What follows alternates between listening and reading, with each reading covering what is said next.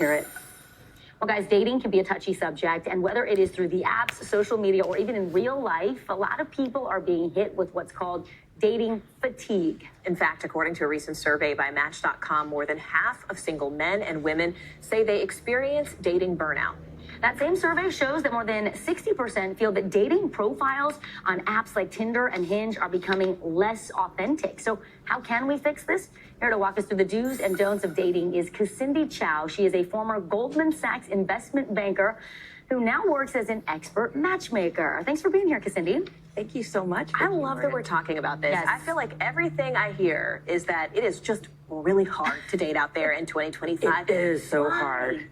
Well, you know, you've got the AI, you've got apps. Nobody says, I can't wait to get on the dating app, right? It's very hard. You feel rejection. It's really difficult right now. Yeah. It's a tough time. So walk us through some of the mistakes that people are making when they're trying to find a true love connection. Like, what is the best way to go about it these days? Well, I think you just have to kind of take a deep breath and you just have to dive into it, right? It is really hard, but the what you're getting out of it is so important. It's a life partner. Right? The reward is huge. So you just have to go for it. You have to just kind of take a deep breath, dive into it, and just try for it. I want to pull up some of the tactical things you have here. You said, remember the goal, but ask, can we live together? Can we grow together? And you say, do not get distracted. Don't approach dating like a job interview. Tell two journalists why you shouldn't approach dating like a job interview. Well, do you want to live with your boss?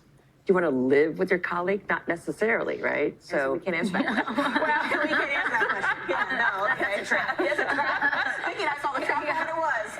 But, you know, we are curious. We ask questions for a living. So I think, when does it become questions to get to know each other versus like an interrogation? Yeah. And what do you advise people to do when you say dive into it? Do you mean get on the dating apps, or do you mean go out in real life and try to find a partner? Well, as a matchmaker, when I work with my clients, I tell them to do it all. It's a dating portfolio. Okay. You're not going to just find it from an app. You're not just going to find somebody from meeting. You have to do it all. Yeah. And not only that, ask your friends and family to set you up. And if they ask you who, just say someone wonderful. Don't put all the tips and the height requirements, the weight requirements, the income requirements. Exactly, no? Because it's really, you look at life. Life has so many ups and downs. Who do you want by your side?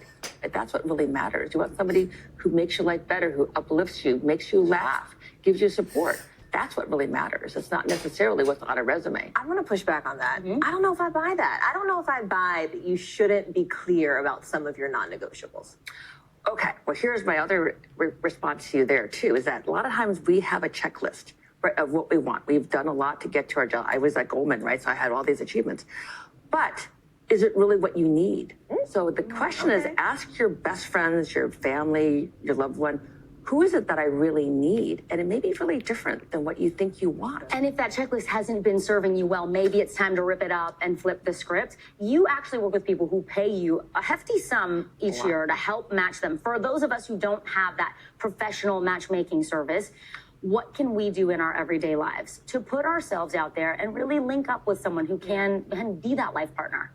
Well, first of all, you have to lean on your network, right? You lean on your friends, right? Because dating is hard. You're going to be out there, you're facing rejection. It's never easy, right? And you also, there's a lot of sifting. So if you have a good friend network to decompress with, that gives you the strength to go back out again and try. Because you have to.